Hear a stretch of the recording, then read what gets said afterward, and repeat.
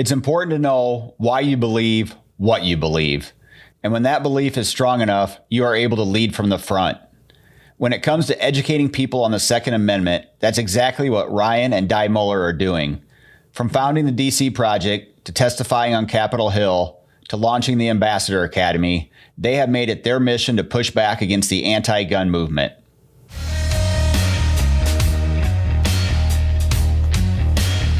This is the No Excuse to Miss podcast. Welcome to the No Excuse to Miss podcast. I am your host, Scott Volquartsen, and this week we have Ryan and Di Muller on, and I am excited about this one. When it comes to promoting the Second Amendment, the shooting sports, and all things about firearms that are good, these are the two people I want to talk to. Welcome to the show. How are you guys doing today? Great. Thanks for having us. Yes, we are doing well. Thank you. Well, like we were talking about before we got started, we've only been trying to do this for about 8 months. So I appreciate you guys taking the time, and I know how busy you are. Everybody's busy. I mean, it's October almost, and I know that everybody has that same feeling that, holy cow, where'd the year go? Exactly. And I know that, especially for you guys, it gets super busy this time of year with midterm elections coming up. Di, you just got back from DC. Can you tell us a little bit about that? Oh my gosh, a little bit. So, because I've seen some of the videos and it was awesome from where I was watching. It was a pretty epic trip. So for your audience who doesn't know, the DC Project Women for Gun Rights basically were the counter visual and counter voice to Moms Demand Action, who are, I kind of call them commie mommies, and they want to restrict your gun rights. They're the ones calling and demanding Congress put more gun control out there. So those policies, in our opinion, do not work. They have been tried and failed in so many cities that have the most violence across our country. So we're just trying to bring the women's voice to counter those women who don't speak for us and say that we want our firearms, that we believe we are worth protecting, and that we want to be able to protect our kids and our family, and that we have the ability to do that. So we go to Washington, D.C., an annual fly-in once a year with all our state directors. And we just got back home, and it was an epic trip. We had, I just tallied up today, we had 138 meetings, 51 women from 48 states. And then we ended it with a rally. So the rally was pretty spicy. We had it at the steps of the Supreme Court this year, as opposed to on the West Lawn. The West Lawn is so big, and we couldn't have it this year. So that's why we had to pick a different spot. And the Supreme Court just worked out perfectly. I mean, the Bruin decision earlier this summer, and just the visual of being in front of the Supreme Court of the United States. And on top of all of that, we had a true heckler who was cussing us and had a big old loud bullhorn that was louder than our speakers. And the way we handled him and the interaction we had and the attention really that he brought to us is probably more than we were going to get without him. But it was a pretty special moment. So all of our girls, Dick Durbin's name from Illinois always keeps coming up as a very hard office to have a meeting with. He and his staff have not been nice. There were a lot of girls reporting that the antis took their meetings and they had very good conversations. But old Dick Durbin, he still gets bad reports from our team. But that's kind of it in a nutshell. The DC Project is a nationwide organization of women, and we would love for everybody to join. Check out our website at dcproject.info.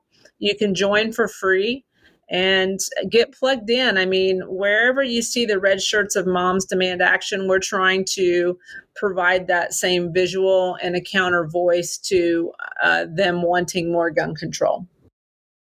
And how did you kind of get involved with that? Because I know from your background, you were originally law enforcement, and then you guys were both competitive and still are competitive shooters. So how did you kind of migrate or transfer into that for lack of a better word, like advocacy role, Yeah, defending the 2A. Yeah, that was a total God thing because Ryan and I were living the dream, being professional shooters, traveling the world, having a great time. And then we ended up too close to Washington, D.C. And a friend of mine said, "Do you want to meet your legislator?" And I was totally apathetic. The Mitchellicks were with us. So it was me, Ryan, and Jerry. And was it Lena and Kay? Or anyway, we all took the meeting with my congressman. And it was during that meeting that I was like, is there something that we should be doing to educate the people in this building? Because they're making some really horrendous decisions based on misinformation and uneducated decisions. So it was from there that I realized I only had standing in Oklahoma, where I was from. I'd have to get, people from all over the country.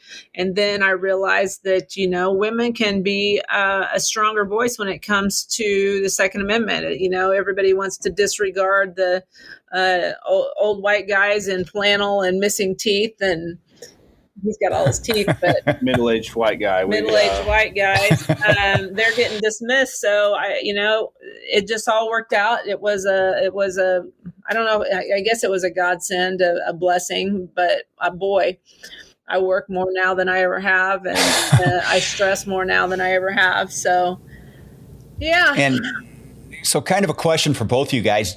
Do you think women can bring a different message than what the quote unquote middle-aged or old white guy's been doing for the last 50 years? Well, I don't know that it's necessarily a different message, but it comes from a different perspective, right? So, I'm a middle-aged white guy from the Midwest. People kind of expect me to be into, as a country kid, into hunting and shooting. And, I'm definitely in favor of the Second Amendment for various reasons. But what I don't have is I don't have an experience where I was attacked in a parking garage by someone who knew I was in a gun-free zone, by someone who's twice my size, who knows that I can't, at the time, defend myself, right?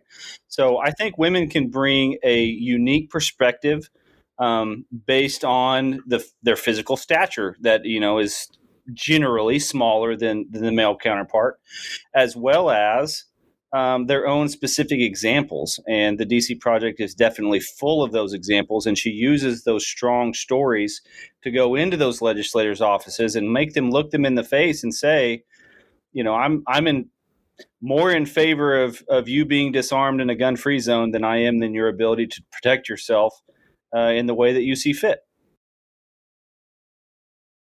And the one thing I like about, the way you guys both message it is it comes more off as like from a proactive standpoint, where I think so often our messaging in the entire industry, we're constantly being reactive, defending talking points from the other side, from the anti-gun crowd. And we end up using a lot of the same, terminology or same phrases that, in my opinion, many times don't move the needle for those people that are in the middle, where you guys opt more like from an educational side. And I think, Di, you even had it in one of your videos that you had somebody that was at DC that you were able to educate and talk to, and you found out that they were much more aligned in your thinking than what you probably thought initially. Yeah, I was in the middle of an interview and I kept saying they will never stop, or referring to they. And this guy kind of comes up and he's like, can I ask you who they is? And I said, they is who is wanting gun control. And so then I started interviewing him, and the camera was like, can we get this conversation on tape? And I was like, I'm cool with it. And yeah, so I started interviewing him, and I said, where are you at? Who are you? Where are you from? And then my next question was, are you a gun owner? And he said, no, my wife won't let me have one. And I laughed. I shouldn't have laughed, but I did laugh. But I was just like, my wife won't let me have one. But then we got back on track, and I started, he started regurgitating all the talking points that he's been hearing on CNN or whatever it is. And he doesn't understand firearms.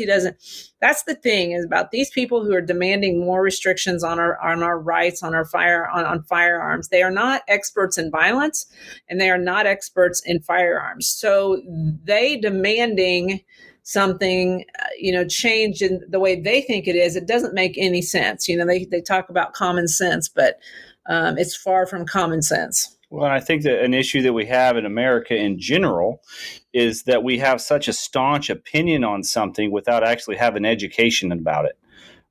We don't do our due diligence anymore, and that can be for both sides. I'm not saying that the anti-gun crowd is the only ones like that. It's definitely all over the place. But I think if you are going to have a very hard set opinion and not open yourself up to the conversation about being more educated on the subject, then maybe we should really think about how we're going to act, how we're going to talk to other people with such a closed mind. Maybe we should open up our minds a little bit and at least start those conversations. Well, on that point, I'll add that a couple of weeks ago, HBO Sports came out to a 3-gun match that we were at, and that was a stressful time. Our side was trying to, I just wanted them to be prepared. And this kind of goes along the lines of the Ambassador Academy, because one of the kids that got interviewed was Nate Schmidt, and he has been to the Ambassador Academy, and he's 16 years old, and he felt like, he took the interview knowing that they were going to be hostile, knowing that they have done us wrong in the past. But he was like, I feel like we need to be able to have these conversations. So I want to try it.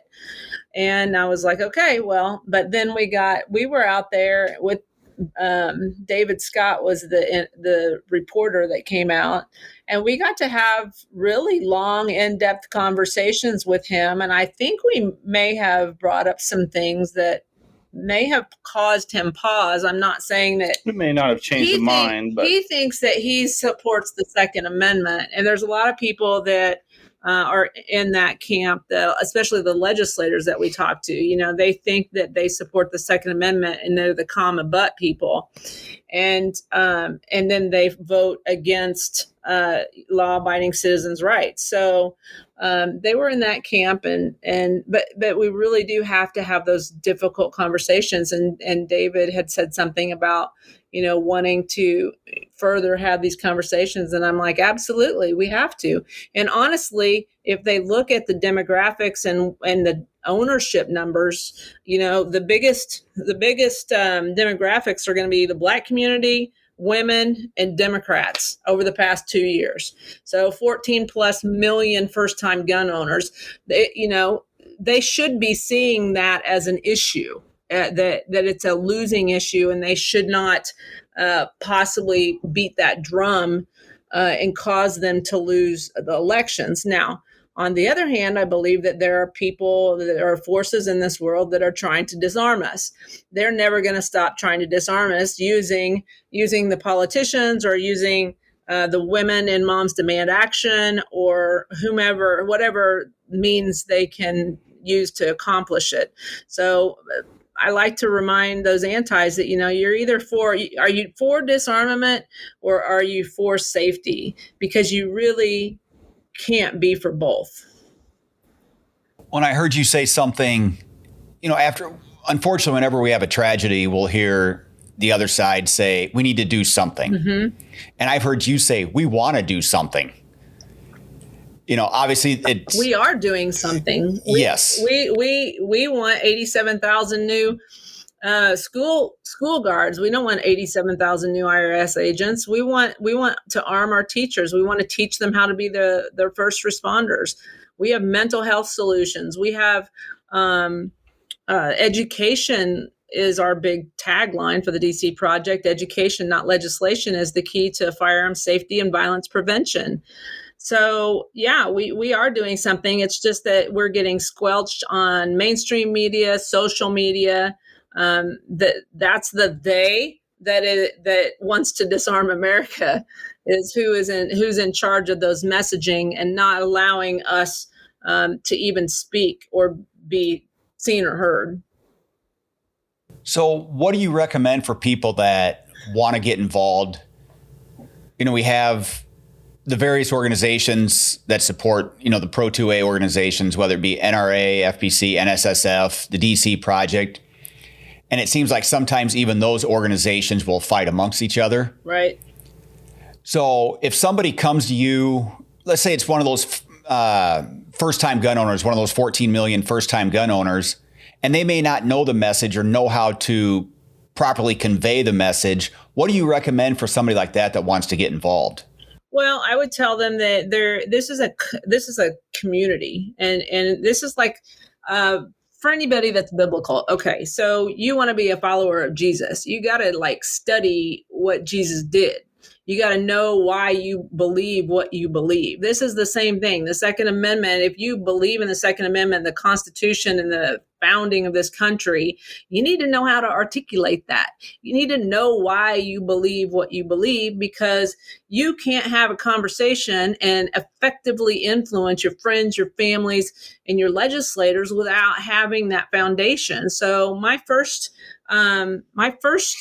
suggestion would be to really understand that you're going to have to put in some effort to be able to have those conversations. And I'll put a little plug in. I mean, the DC Project is completely free to join, but we have on our landing page a one-page talking points sheet. Basically, why do we oppose universal background checks? Why do we oppose red flag laws, safe storage laws, all those hot topics? And people can come in, download that, and take it, pin it on their wall, and start memorizing some talking points that they can use in their circles. And more directly to your question on the organizations, pick one and support it. And they may not be everything. Yeah, I mean, literally 6 or 8% of gun owners are actually involved in an organization of some sort, be it the NRA or GOA or NSSF. Those businesses are doing things to protect your Second Amendment right. They're doing things that other people or small groups cannot do, and it takes money to do that. So, yes, sometimes the cold calls can be annoying. You may think that they're wasting money by shipping you something in the mail every single day, but those things are being done because they work, and the overall goal is what you need to keep your eyes on. So support someone, anyone, all of them. Yeah. It doesn't really matter. Like, I don't have any specific one. I know that we've worked with the NSSF specifically. I really like those people. I like the everything they're doing, out in the public and behind the scenes. So research a little bit, do your due diligence again, and find one that you like and support it.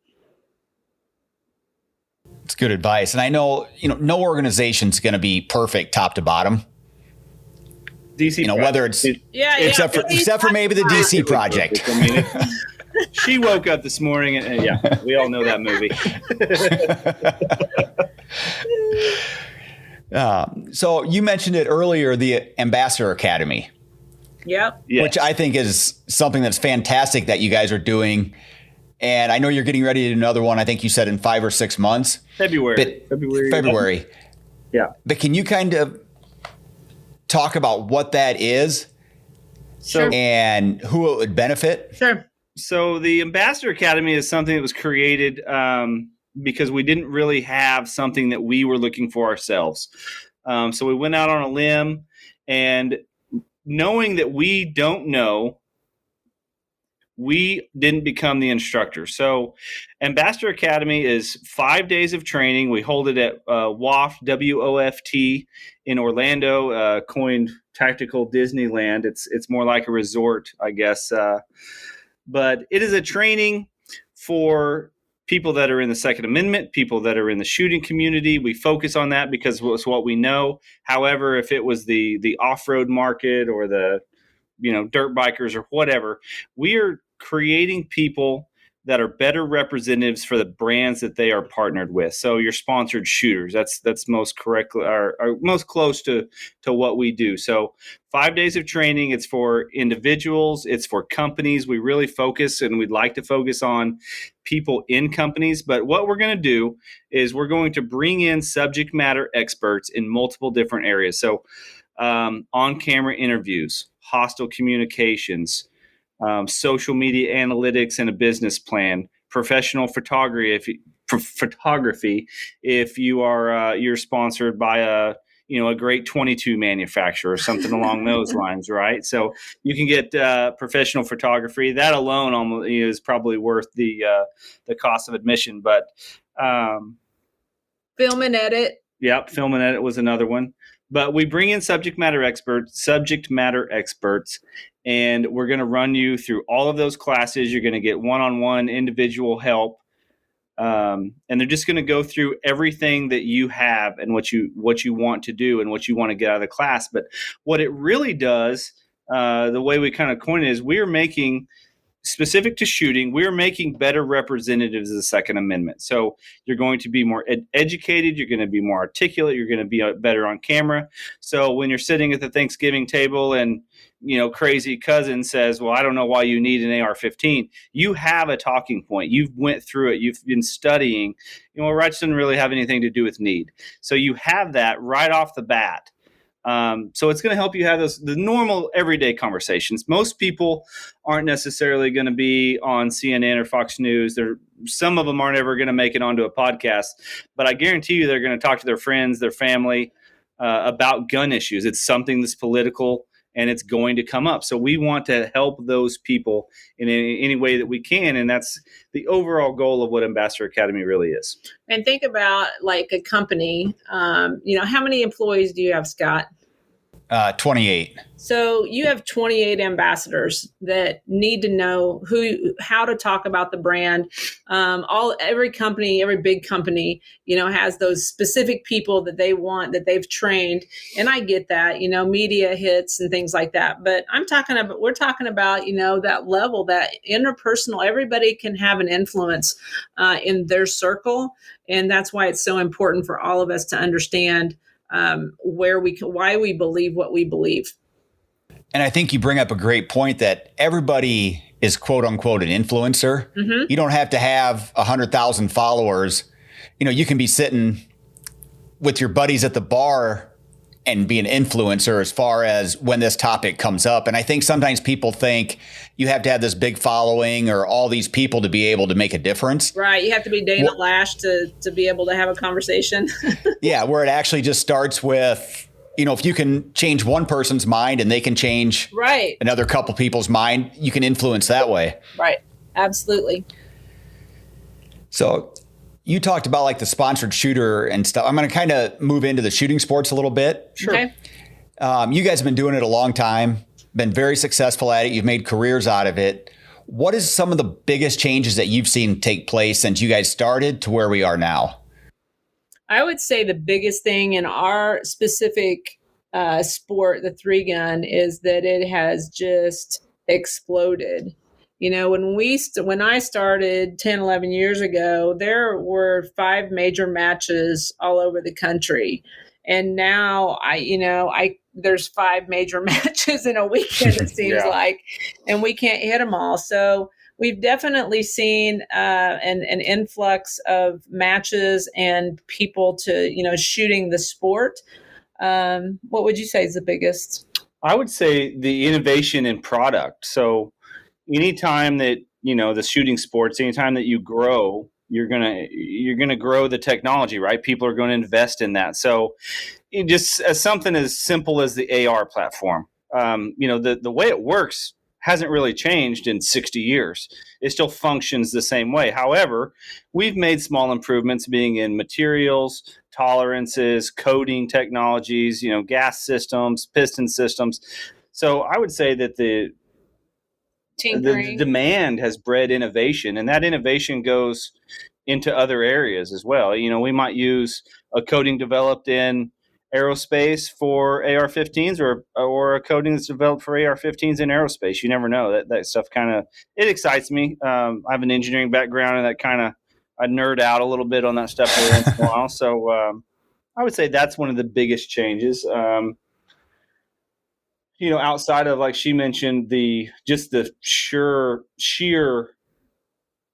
numbers. It's I don't even remember what the last numbers was. It was like 600 and some thousand competitive shooters have been through the practice score. So it's definitely growing, and that's good because I'm glad to see people out, exercising their right. And you don't have to do it at a professional level. I want you to come out and have fun. I don't necessarily care how you do as long as you're safe and have a good time. Well, and that's something I want to ask you guys about is the one thing I would like to see improved is I think we've gotten to the point that, at least in some of the matches that we're involved with, that it seems like everybody's getting a prize or a trophy. The blue ribbon mentality? Yes. Yeah. Where I would like to see that go back a little bit to the way it used to be, that you had like a definitive winner of certain matches. Because to me, I think that can sometimes inhibit our growth with new shooters, because it's hard to explain to them like all the different categories, all the different winners. You have, and I'm all about people shooting multiple guns. If they're going to spend the money to be there for a weekend, be on the range as much as possible. But then when we try to show that to the casual fan, or just even an average firearm enthusiast that's not a competitive shooter. Yeah, it's tough to describe, especially with the PCC becoming so popular. And 2x4 and 3-gun, and that's just in our world. So I know that it definitely, but these match directors, from what I understand, that they want to try to give everybody a chance. So there's 2-gun, that takes the shotgun out of it. And I agree. I don't know if there's a right or wrong answer to that, but it is definitely difficult for a newbie to come in and absorb all of our different structures. And I think that the purpose of why all those divisions were created were, it lets people shoot what they have or what they're interested in. So, your goal of making one individual winner, and I think they were trying to do what you want to do, but the methodology of which they used was, we're going to make all these different divisions so people can shoot whatever they want. And you've got open division and TAC ops and limited and heavy limited, and then He-Man and all the different stuff. So yeah, I mean, maybe they went about it a different way, and I don't know that it's worked or it hasn't. But I do like your idea, the old school way of having one winner. That would be fun too. But, I think that brings us to a point about multi-gun specifically, is you can show up and shoot whatever you have. You don't have to buy the coolest, newest, greatest, whatever. So even if you don't own anything, that's a tip that we hand out to a lot of new people all the time, is just go to a match, help run it, maybe reset a little bit, ask questions, maybe, ask to hold someone's gun in a safe area or something like that, have them tell you about it, maybe even borrow it from them. People will loan out, a $5,000 gun. They'll say, here you go, here's some ammo, go shoot, have fun. Let you learn whether or not you like it, or whether you don't, or what you do and what you don't like about that specific firearm before you go and drop all the cash on it. So the 3-gun community specifically is very open, very welcoming to all new people. At least they better be, because if not, we'll find them. Well, and I always I tell people very similar. I'm like, go out and, even if you just have to get something very entry level to get some experience, so you know what you like and don't like. Right. Sure. Versus, it's like you said, it's tough to go drop $4,000 or $5,000 on something without really having enough experience to know if that's exactly what you're looking for. Exactly. Yeah. And most people don't necessarily need a $6,000 gun. They need a $3,000 gun and $2,000 worth of training. Yes. So what advice would you have? And this kind of ties back to the Ambassador Academy. What advice would you give to like new shooters or even young shooters that are just breaking into the competitive sports? Because I think I've seen at least people that request sponsorship from us, a lot of them are now tying it to, I have X number of followers. Well, social media is a big deal. And what we tell the people who come through our class, is that you want to be a full, what am I trying to say? A full picture. You want to be able to perform well. You want to be able to have that social media following. You want to be able to talk about, if your job is to sell product. Yeah, that's why people would sponsor you, or there are times where they do it because you have a relationship, or they're just nice people, or they want to help a youth shooter get started. That happens, but in general, as a sponsored shooter, your job is to be the image for that company and sell products. So you need to engage people at will. You need to talk to anybody and everybody at any time. Be helpful, loan out your product. So you can prove yourself too. You can, let's say that I really, really want to get a Volquartsen sponsorship. I would start taking pictures and show. I would start doing videos. I would show what kind of value I can bring to the table, as opposed to just hitting you up, wanting something cold first. Call. Yeah. Show what you can do and then get something. And we do a class we have in the past at SHOT Show that is actually not for the sponsored shooter, but those that would do the sponsoring. So the companies themselves. So this is what you should look for in a sponsored shooter. This is what your expectation should be. And this is what they should expect from you. Because we've seen in the past where, you would sponsor someone and you throw some product at them and maybe you don't talk to them for another year. And then the next year you go, yeah, we're just going to do the same thing as last year. Well, you sent product out, but if you didn't get anything out of it, because you didn't know to ask specifically for certain things, then you didn't do yourself or the person that you sponsored a whole lot of good. So we try to line out, the both directions from the sponsored person and the sponsorer. Because I think us as a sponsor can be guilty of exactly what you just said. We sent you product, we sent you a jersey with zero expectations of what we want you to do while you're at a match, while you're on social media, whatever. And really not setting them up to succeed. Sure. And it's easy to do because everybody's busy, kind of like we mentioned earlier, right? It's something that, in the grand scheme of things, it may not be a huge investment on your part, and it's not going to be something that's at the top of your list. But you can't necessarily get mad at a sponsored shooter for not doing their job when their job was to do nothing, right? So, give them some of those expectations, require more. And if what you require of them is just to have a large social media presence, then line that out clearly. Maybe that's part of your business plan. Maybe it's not. We look more along the lines of what their engagement was. If you've got 1 million people that, only look at your page for some reason, unrelated to guns, then it doesn't necessarily maybe make sense to have that person as a sponsored shooter with the intentions of them selling guns.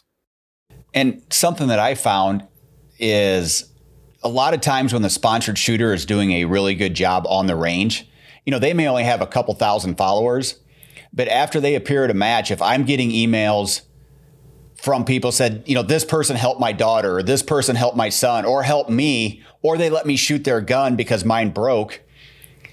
To me, that's, does way more than anything that social media can do, because that's real. Live in-person interaction that we cannot replace. Sure. And that's definitely something that's part of what you want to see, in my opinion, from the social media crowd. That, you've got people that, you've got your local news station that can get the car commercial out to everybody that's tuned into that TV right now, even if they're not looking for a new car. They got brand recognition. But sometimes you need a shooter that's going to be at the match that's going to get that person behind the wheel of the car. And, statistically, we know that once you test drive the car, the chances of you buying it goes up. So I think social media is multifaceted, and everything has its own purpose. And you have to look at maybe different people to serve different purposes. Absolutely. And the one thing we always have to obviously consider in our industry is how many of us get shadow banned from time to time. Oh, yeah. Do you see that like with even the DC project and different things? I haven't seen it so much with the DC project, but I certainly have with us. I was going from about a 350,000 reach months to down to 28 for the past couple months. Yep. 28,000. I was like, oh, thanks. And the bad part about it is that you just don't know. They don't give you any kind of heads up. It's just It's unfortunate that we as Americans have allowed that, honestly. Yeah. And I'm not saying it just because it's guns. I don't care. I don't think you should be squelched or shadow banned, even if I don't agree with you. If we're going to provide, you can say, call it Facebook, if we're going to provide you with protections, then maybe we should treat you like people that have those protections are treated in other industries. So either you're going to be a publisher or you're not. is my opinion. And that's one thing I don't think a lot of people understand is how much behind the scenes goes on to affect our industry. And I'm sure it happens in other communities and industries, but even recently they talked about credit card sales for firearms are going to be coded differently with the major credit card companies. Sure. And that kind of stuff has been happening. Operation Choke Point, when the Obama era, that was essentially the same thing. Why were we okay with it then? And why didn't we stand up to it? And I guess it's tough whenever you've got a lot of the mainstream media behind you, but a lot of people don't even understand that. They don't know that was happening. And by the time it does happen, it's too late. So there again, I don't care what you're selling. If it's a lawful product to lawful people, you should have the same access to credit cards as everyone else, in my opinion. And social media and mainstream social media is the same way. Yeah. So how do we, in your guys' opinion, how do we kind of fight back and start push back against mainstream media that has such a hold on everything we do? Not just in our, not just the 2A community, but, we found out over the last couple of years, so much stuff has been suppressed. I think that's above my pay grade. Well, at the 10,000 foot level, I think that we don't just watch certain mainstream media outlets. I think as Americans, it's our duty to look into the issues. Don't just read what someone puts in front of you and tells you to read. Read the back cover, read the other pages, find a different book, whatever it takes. Educate yourself a little bit more than just looking at a social media post or a meme, accepting it as fact, and then telling all your friends or sharing that meme without doing a little bit of due diligence. Again, same word, I'm sorry. But, we have to do better. We don't educate ourselves anymore. We just kind of spread the same stuff every 2 weeks based on what we're told.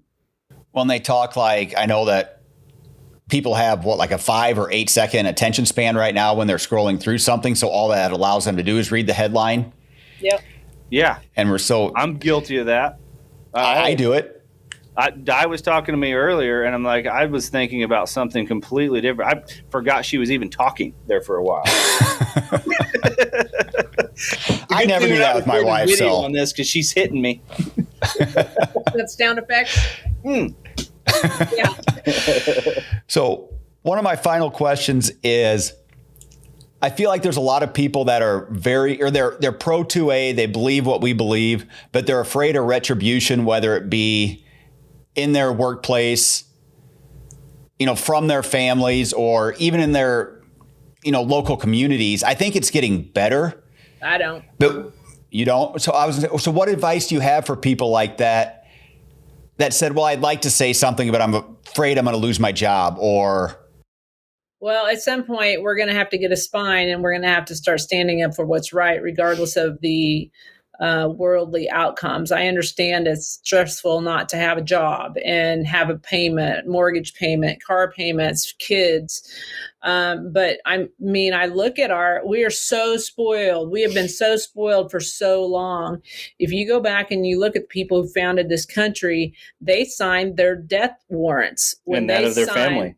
And that of their family. They gave everything. And we don't understand what that means. We don't understand what it means to put everything on the line.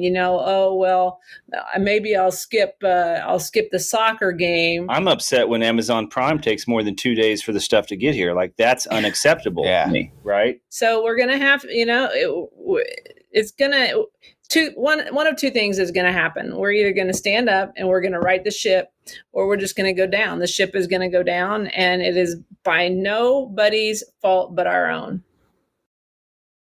Well, and I thought that was one thing neat that you were doing in your videos from DC that I saw is you were very proactive in let's make some noise, let's be loud, let's be vocal, which I think is a different approach than so many times from what we see. And it's scary. It's so scary. I'm not a rally person.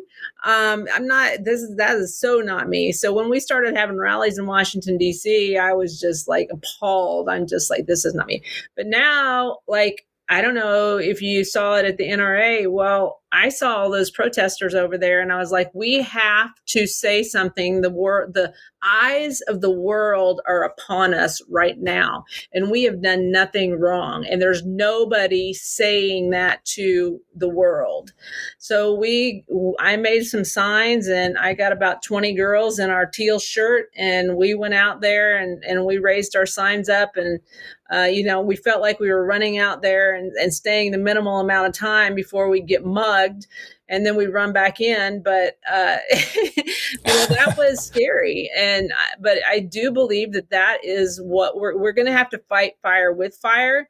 And when they stand there with their signs in front of the cameras, we better be standing there in front of the cameras with our own signs. And one thing I'll add is, you can get a message across without being disrespectful. So don't stoop to their level, when it comes to that. Say what you want to say, base it on some facts, and be respectful. Treat them like you would want to be treated. And I think that will make your message go a lot farther. Yeah, we're good people, and we're in the right. The heckler that we had in DC, he was foul mouthed, and every once in a while he'd throw Jesus in there, and he started singing Jesus Loves Me, and our speaker stopped, and we all started singing Jesus Loves Me with him. And that didn't shut him up either, but that was just a talking point for him, I guess. But the people that were watching us, they saw that. We didn't just make an impression on legislators in Capitol Hill. We made an impression on everyone, the tourists, the residents, the hotel staff. That's where you're going to have to be intentional. And I think you guys brought up a great point, is you can do that, but in a very respectful way. Right. Yep. And that's where I think I'll circle back to what I said at the beginning, the idea of educating so important, because so many times we see the argument of, they talk about sometimes meaningless things, like when they get into AR doesn't stand for assault rifle argument. But to me, that's never going to move the needle to somebody that's trying to understand. Right. Emotion, solution, emotion, facts, and solutions. Yeah. You need to have, I look at things, if I'm going to have an argument with someone, it's going to have to be factual. The minute that you put emotion into it, I'm wasting my time, because you can't argue with emotion any better than you can win a religious war, right? So we can lead with that same emotion. We can lead with our emotional stories. The antis don't own tragedy. We have bad things happen to us, and the number of 40,000. This is something that the education piece, the 40,000 number of gun deaths that they want to spout. If it just saves one life, well, you should look at the 2 million lives that it does save. So, are you willing to give up those 2 million to save one of the 40,000? Including suicide. So there's a lot of education that we can be doing for ourselves. We're a choir, and we need to know the words to the song. We don't just need to know the core, the humming part. We need to know how to sing. Well, and I think you guys are leading from the front, and I respect the heck out of both of you for doing that. Thank you, sir.